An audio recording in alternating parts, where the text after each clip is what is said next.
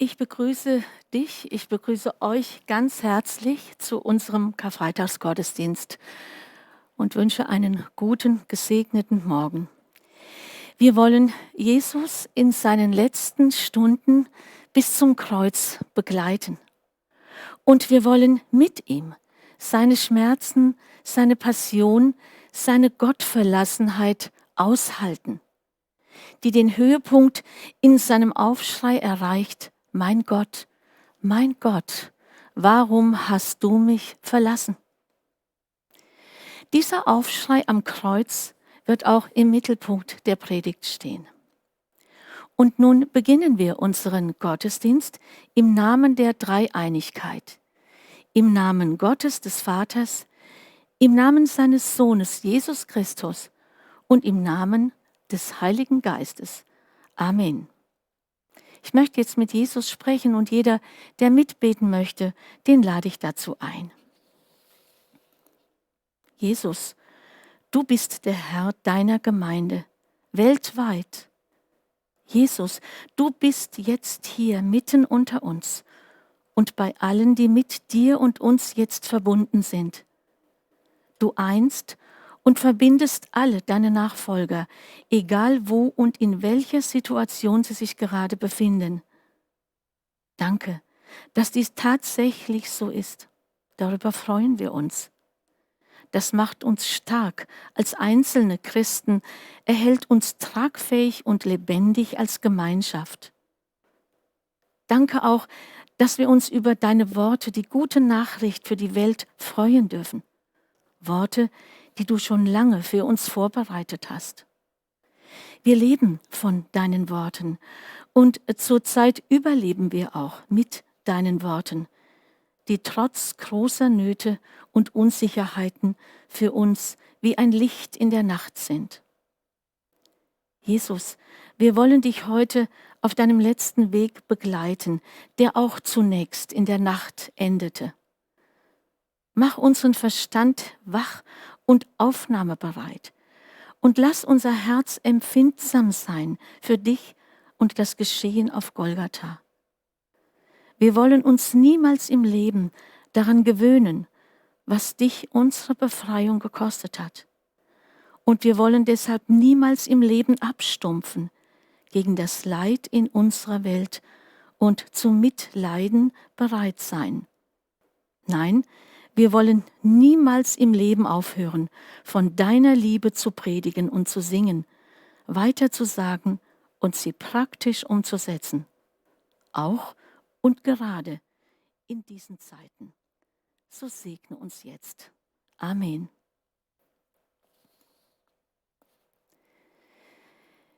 In Zeiten wie diesen ist es gar nicht so leicht, einen Gottesdienst zu gestalten, denn ein Gottesdienst besteht ja aus mehreren Elementen. Und dazu gehören ja auch die Lieder, der gemeinsame Gesang, der uns ja auch verbindet. Und nun haben wir uns für heute überlegt, wir wollten gerne 3 Lieder anbieten, die wir mit euch gemeinsam singen werden. Aber auf welche Art und Weise kann das geschehen? Das müssen wir ja flexibel heutzutage sein. Und das erste Lied haben wir uns jetzt so gedacht, dass wir das bekannteste Passionslied singen, O Haupt voll Blut und Wunden, dass wir das in der Weise miteinander singen, dass ich die einzelnen Strophen lesen werde und ihr zu Hause dieses Lied singen könnt, mitsingen könnt. Die Strophen des Liedes werden jetzt eingeblendet.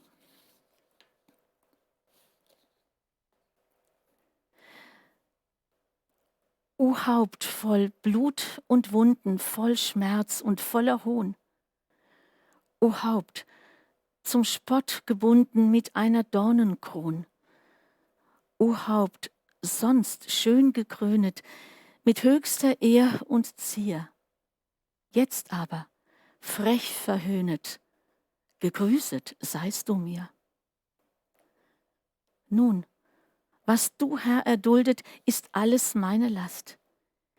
Ich habe es selbst verschuldet, was du ertragen hast. Schau her, hier steh ich, Armer, der Zorn verdienet hat. Gib mir, o mein Erbarmer, den Anblick deiner Gnad. Ich danke dir von Herzen, o Jesu liebster Freund, für deines Todes Schmerzen, da du's so gut gemeint. Ach, gib, dass ich mich halte zu dir und deiner treu, und wenn ich einst erkalte, in dir mein Ende sei. Wenn ich einmal soll scheiden, so scheide nicht von mir. Wenn ich den Tod soll leiden, so tritt du dann herfür. Wenn mir am allerbängsten wird um mein Herze sein, so reiß mich aus den Ängsten, Kraft deiner Angst und Pein.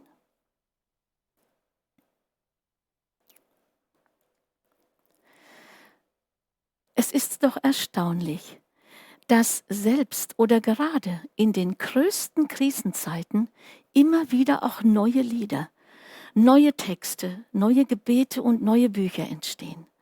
Texte, die eine ganz besonders große Tiefe in sich tragen. Das kann und das soll uns Mut machen.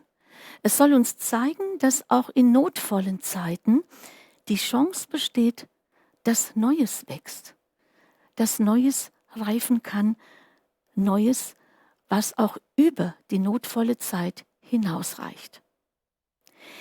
Ich denke da an die Psalmen von König David, der ja viele Höhen und Tiefen erlebt hat. Mir fällt auch Paul Gerhardt ein, einer der wohl bekanntesten Liederdichter, der den 30-jährigen Krieg durchleiden musste, viele Kinder verloren hatte und doch sein bekanntestes Lied schrieb: Befiehl du deine Wege. Ich denke an die verschleppten Sklaven, fern von ihrer Heimat, die Halt fanden und sich auf den Baumwollfeldern zum Trost immer wieder ihre Spirituals zusangen und wussten, ja, da ist doch einer da, der ist hier und geht mit uns, der sieht uns und der vergisst uns nicht. Mir fällt auch Dietrich Bonhoeffer ein, der in der Nazi-Herrschaft in seiner Zelle das Lied von guten Mächten wunderbar geborgen dichtete. Er fühlte sich geborgen in dieser Ungeborgenheit. Ich weiß von unserem ehemaligen Präses unseres Bundes-FEG, Peter Strauch, der durch einen Burnout lange Zeit sich eine Auszeit nehmen musste und der dann, als er alleine war, sich mit Gott zurückgezogen hat, am Strand entlang ging und dann das eindrückliche Lied entstand: Meine Zeit steht in deinen Händen, nun kann ich ruhig sein in dir. Dann beeindruckt mich auch das Lied von Albert und Andrea Adams Frei, die in einer persönlichen Krise dann gedichtet haben: Du, Herr, bist der Anker in der Zeit. Und ich entdecke, dass selbst Jesu Aufschrei am Kreuz: Mein Gott, warum hast du mich verlassen?, eine Liedstrophe ist, und zwar aus dem 22. Psalmlied.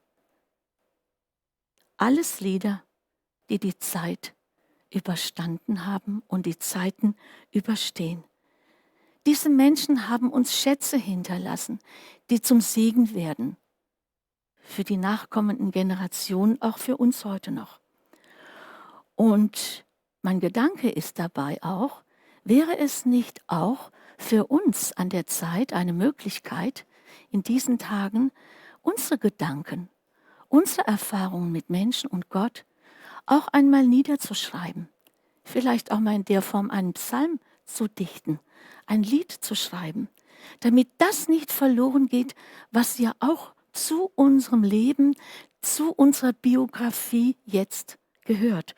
Und so, dass wir auch unsere Gedanken anderen weitergeben, vielleicht auch den nachfolgenden Generationen, und die dann auch wieder zum Segen werden können. Das folgende Lied, was wir jetzt gemeinsam singen wollen, ist auch in einer notvollen Zeit entstanden, und zwar in der internationalen Kommunität Taizé. Es heißt: Meine Hoffnung und meine Freude, meine Stärke, mein Licht. das singt uns jetzt ein Chor vor.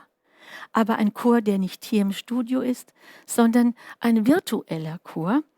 Und dieser virtuelle Chor besteht aus Leuten aus der Freien Evangelischen Gemeinde Aachen. Die haben sich zusammengetan zu einem Chor und die wollen uns jetzt einladen, gemeinsam dieses Lied miteinander zu singen.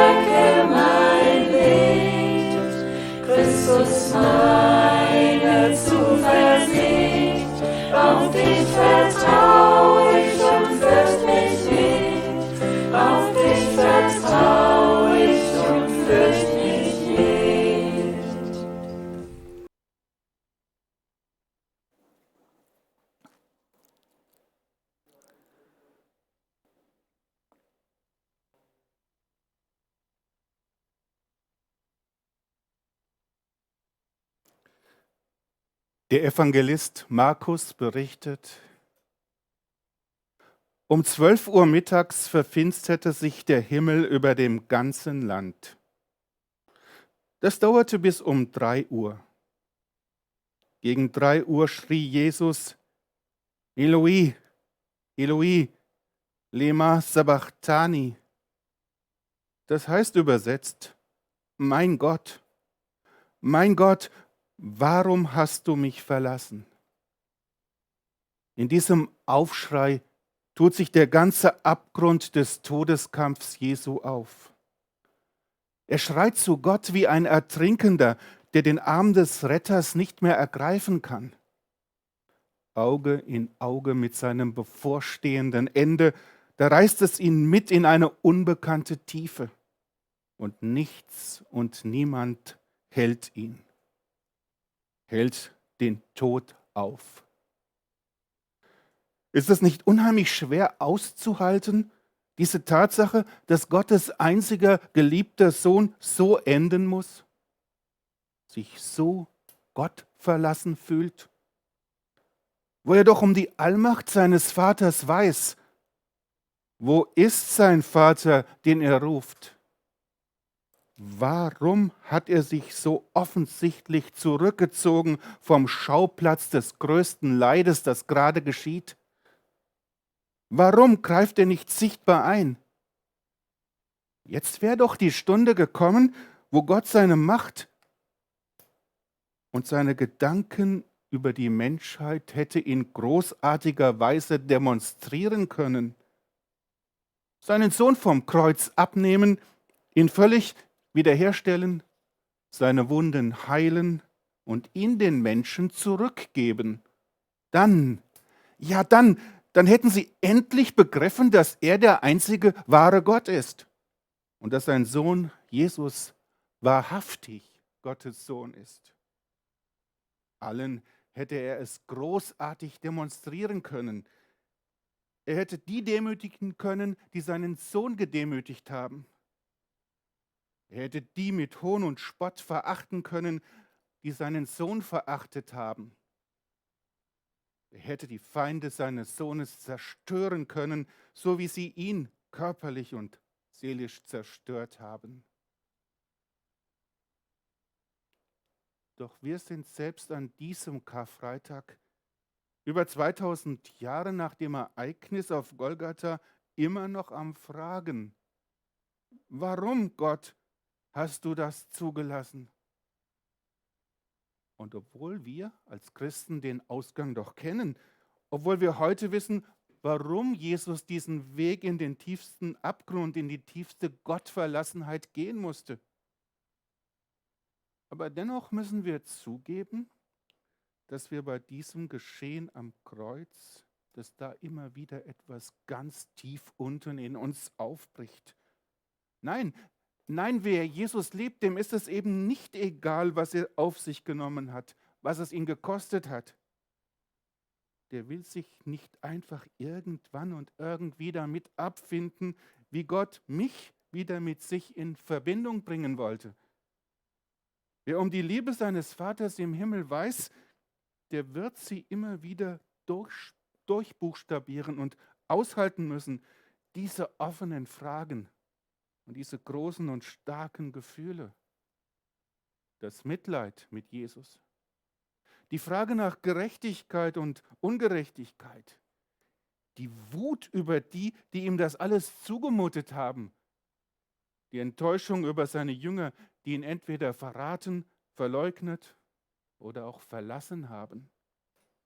Und das Entsetzen darüber, dass ein Verantwortlicher, der Jesus zumindest den Kreuzestod hätte ersparen können, seine Hände in Unschuld wäscht. Ja, wir kommen im Erleben von eigenen und fremden Leid immer an unsere Grenzen.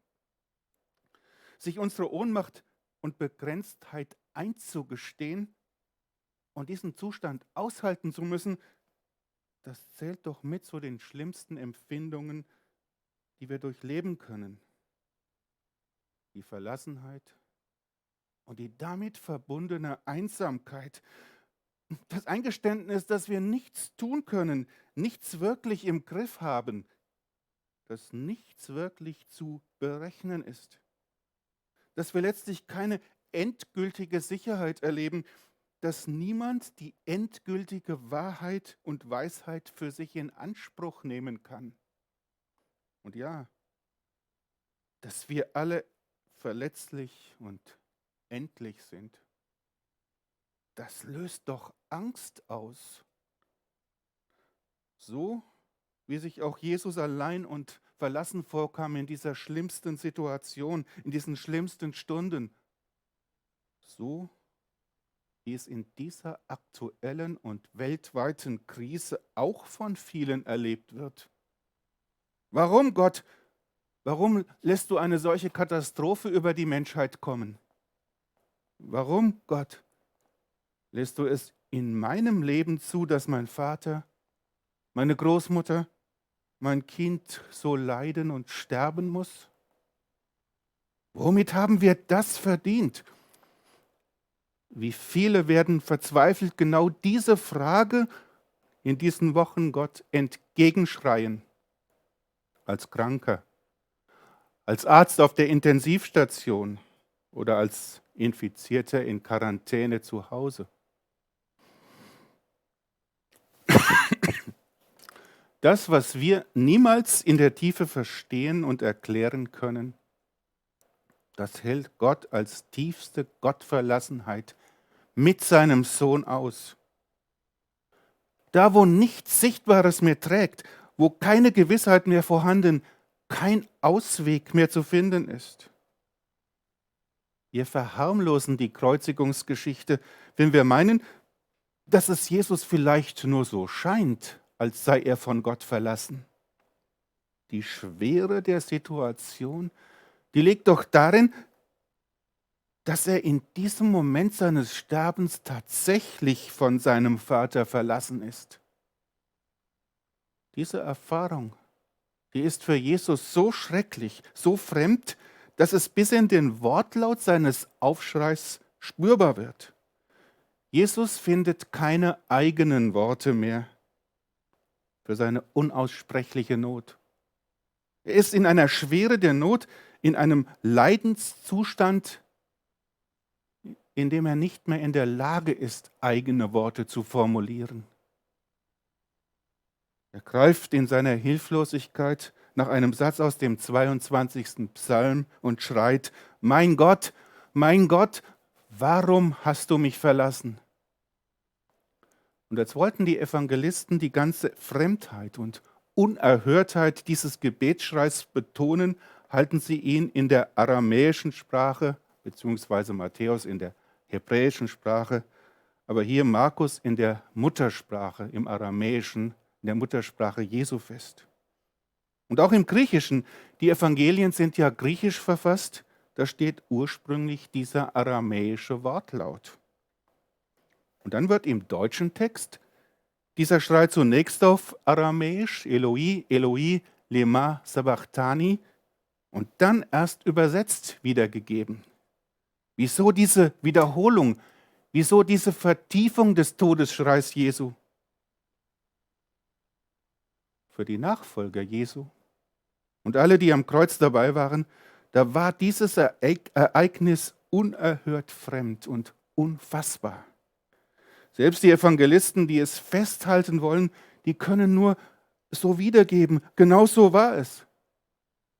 Die gesamte Tragweite aller Ereignisse der letzten Tage, die wird zusammengefasst in diesem Aufschrei Jesu. Dem Moment seiner größten Verlassenheit und Einsamkeit. Alles war vorstellbar. Alles hätte passieren können. Alles Menschenmögliche, nur nicht das. Jesus ist allein.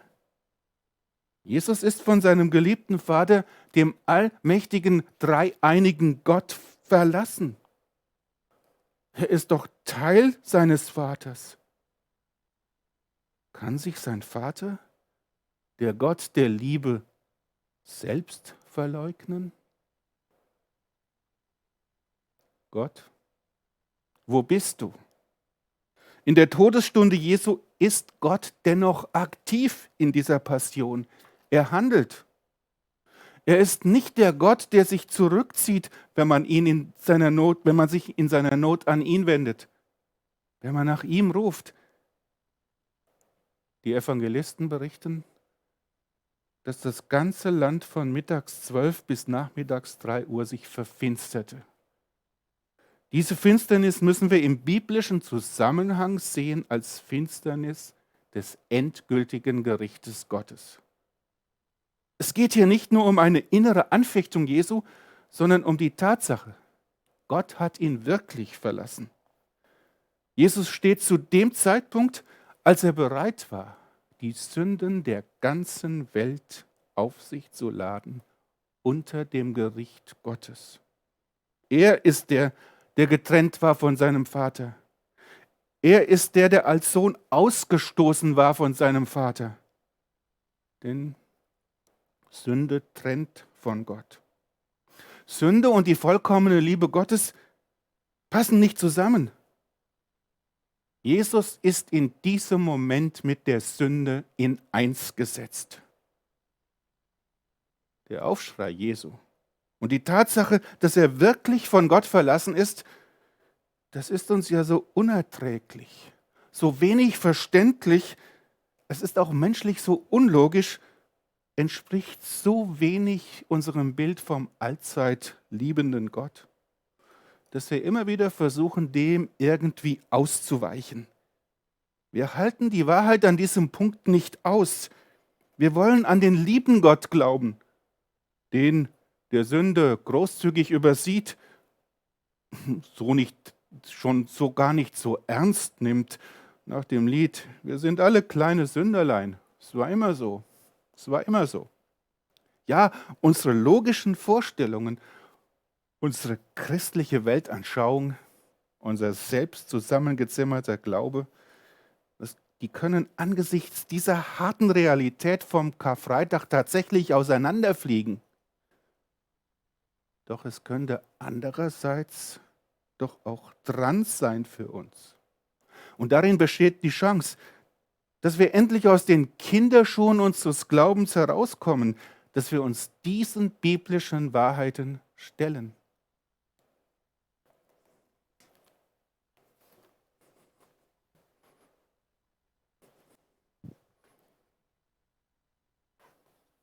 Ja.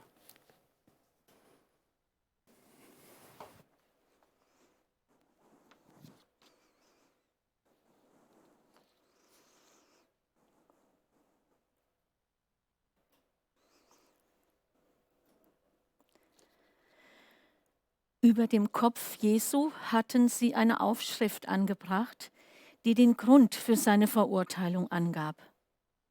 Dies ist Jesus, der König der Juden. Zusammen mit ihm wurden 2 Verbrecher gekreuzigt, einer rechts und einer links von ihm. Die Leute, die vorübergingen, schüttelten den Kopf und riefen höhnisch: Du wolltest doch den Tempel niederreißen und in 3 Tagen wieder aufbauen. Wenn du Gottes Sohn bist, dann hilf dir selbst und steig herab vom Kreuz.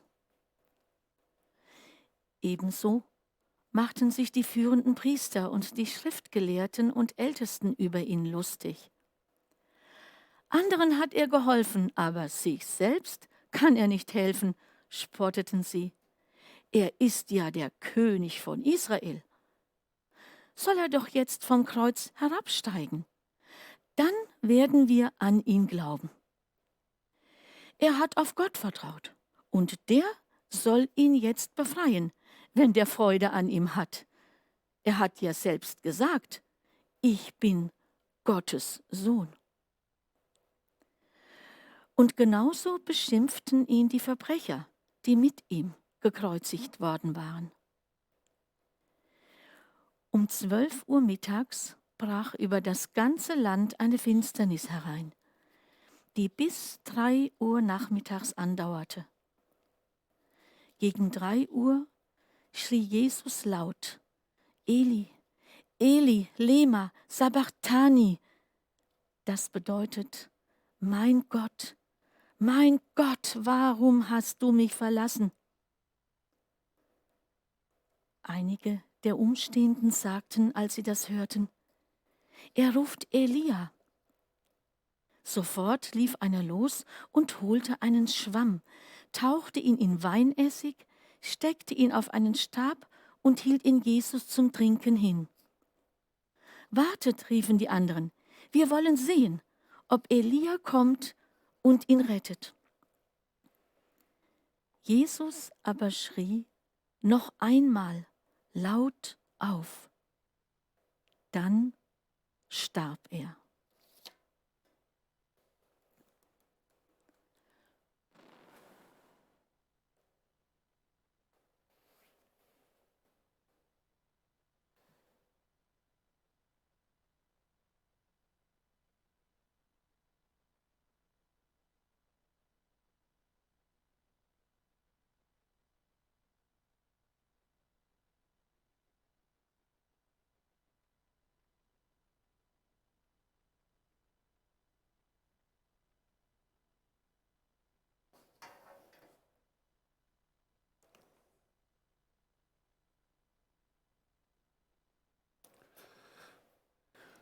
In dieser Stunde, angesichts des Todes Jesu, müssen wir erkennen, dass Sünde tatsächlich von Gott trennt. Dass Gott Sünde nicht verharmlost. Natürlich können wir dem Geschehen noch die Spitze versuchen zu nehmen, versuchen die Härte abzumildern, indem wir sagen, er ruft ja wenigstens noch mein Gott. Dadurch drückt sich ja immerhin noch ein Vertrauen und eine Hoffnung aus. Nein, es ist nicht zu bezweifeln, dass er sich an seinen Vater wendet und ihn nicht verflucht. Aber dass dem doch die Tatsache gegenübersteht, dass Gott ihn zum Zeitpunkt des Todes verlassen hat, das ist kein Widerspruch. Das ist und bestimmt nicht nur für mich das wirklich Erschreckende. Mitzuerleben, dass Gott Gericht hält. Alle andere Verkündigung an dieser Stelle wäre auch eine Täuschung. Hier ist falsche Rücksichtnahme auf unsere Gefühle und auf das, was wir uns vorstellen können, auf unsere Interpretation von Liebe und Gerechtigkeit fehl am Platz. Ja, Gott mutet uns sehr viel zu mit dem Tod seines Sohnes. Aber es geht um was? Es geht um alles oder nichts.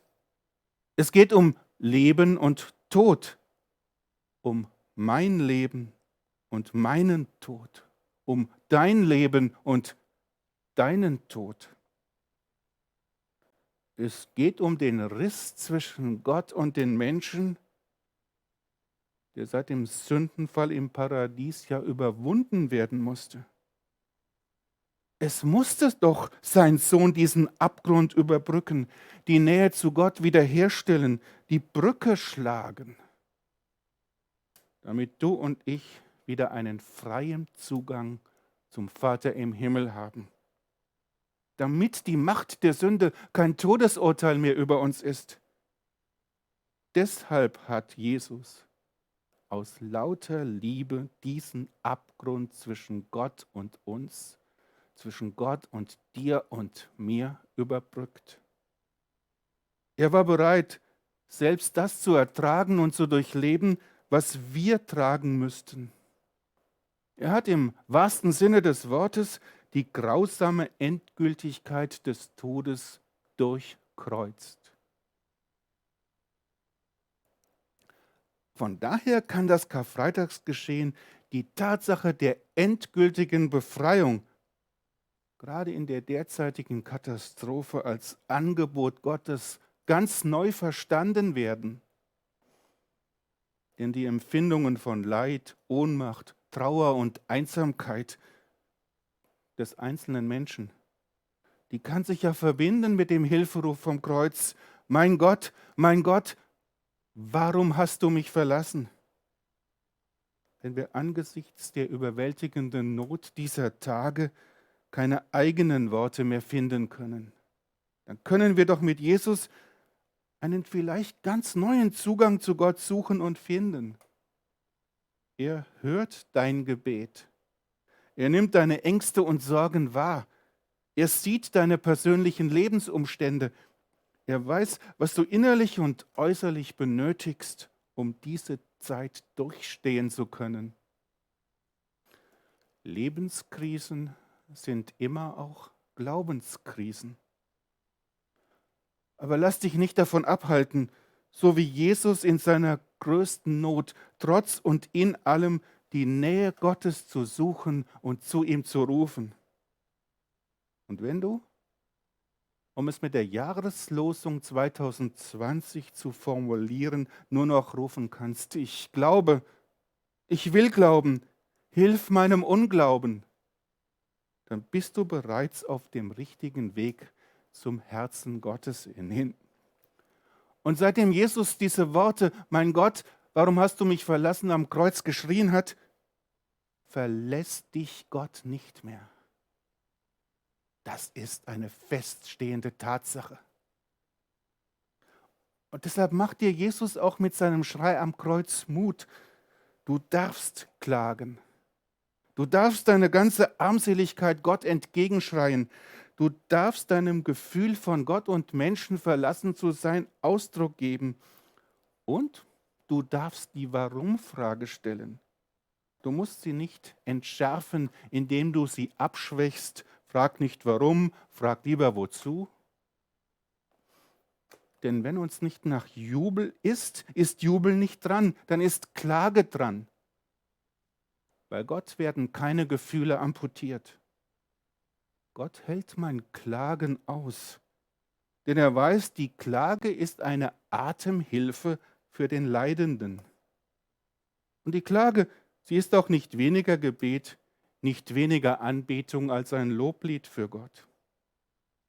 Die Klage ist, wie es viele Psalmen verdeutlichen, ein Schritt vor der Bitte, ein Schritt vor dem Loslassen. Und was haben wir alle, was hat unsere Welt zurzeit nötiger als das? Das Geschenk an diesem Karfreitag, in dieser dunklen Zeit. Es besteht in der folgenden Ermutigung, die, und das ist mein Wunsch für euch alle, die zur Glaubensgewissheit werden kann, die zur Glaubensgewissheit wachsen und reifen kann. Paulus schreibt in 2. Korinther 5, vielmehr wissen wir, wenn jemand zu Christus gehört, ist er eine neue Schöpfung. Das Alte ist vergangen, etwas ganz Neues hat begonnen. Das alles ist Gottes Werk. Den, der ohne jede Sünde war, hat Gott für uns zur Sünde gemacht, damit wir durch die Verbindung mit ihm die Gerechtigkeit bekommen, mit der wir vor Gott bestehen können. Allein diese Wahrheit, sie trägt und hilft und heilt. Amen. Wir laden euch jetzt ein, das folgende Lied mit uns gemeinsam zu singen.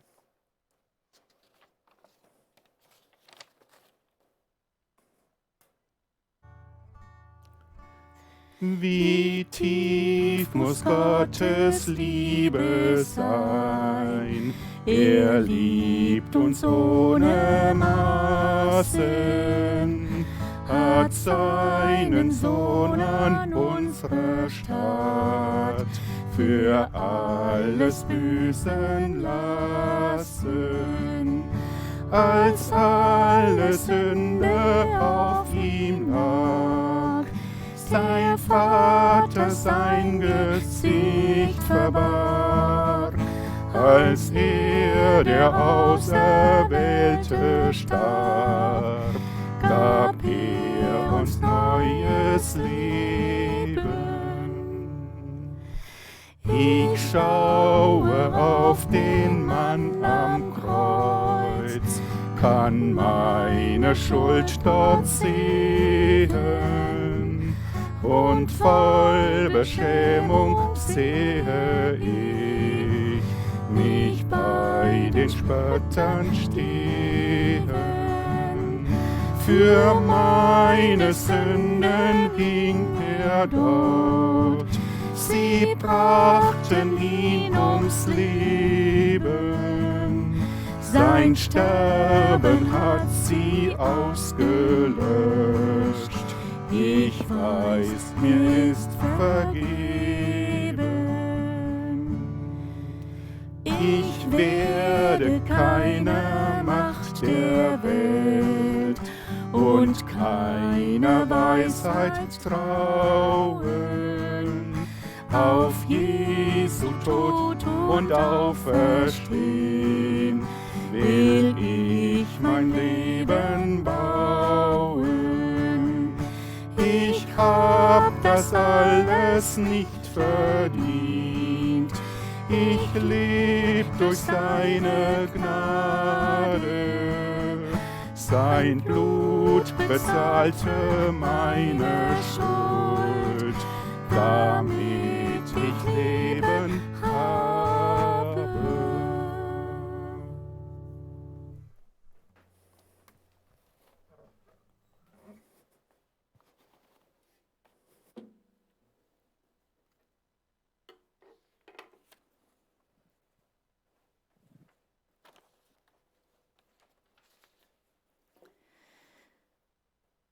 Die Liebe hört niemals auf.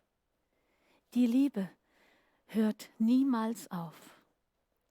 Gottes Liebe hört niemals auf. Wir möchten ganz herzlich einladen zum Ostergottesdienst. Übermorgen um 10:30 Uhr wird ein Livestream-Gottesdienst aus der Bundeszentrale Freier Evangelischer Gemeinden aus Witten übertragen. Und dort ist der Mittelpunkt der Predigt, der Titel Jesus lebt mittendrin. Mittendrin wahrscheinlich in dieser schwierigen Zeit. Die nächsten Gottesdienste werden auch wieder hier aus unserem Studio in unserer Gemeinde übertragen. Herzliche Einladung auch dazu. Und wir wollen gerne noch ein Angebot machen, falls du jetzt einen Kontakt suchst. Aufgrund der Predigt, aufgrund der Lieder, all dem, was vielleicht bei dir angedockt hat, was dich tief berührt hat. Oder falls du eine Gebetsunterstützung wünschst, eine Segnung, dann kannst du dich gerne mit Wolfgang in Verbindung setzen. Er kann aber auch weitere Seelsorger zum Gespräch vermitteln. Die Kontaktdaten findest du auf der Homepage unserer Gemeinde.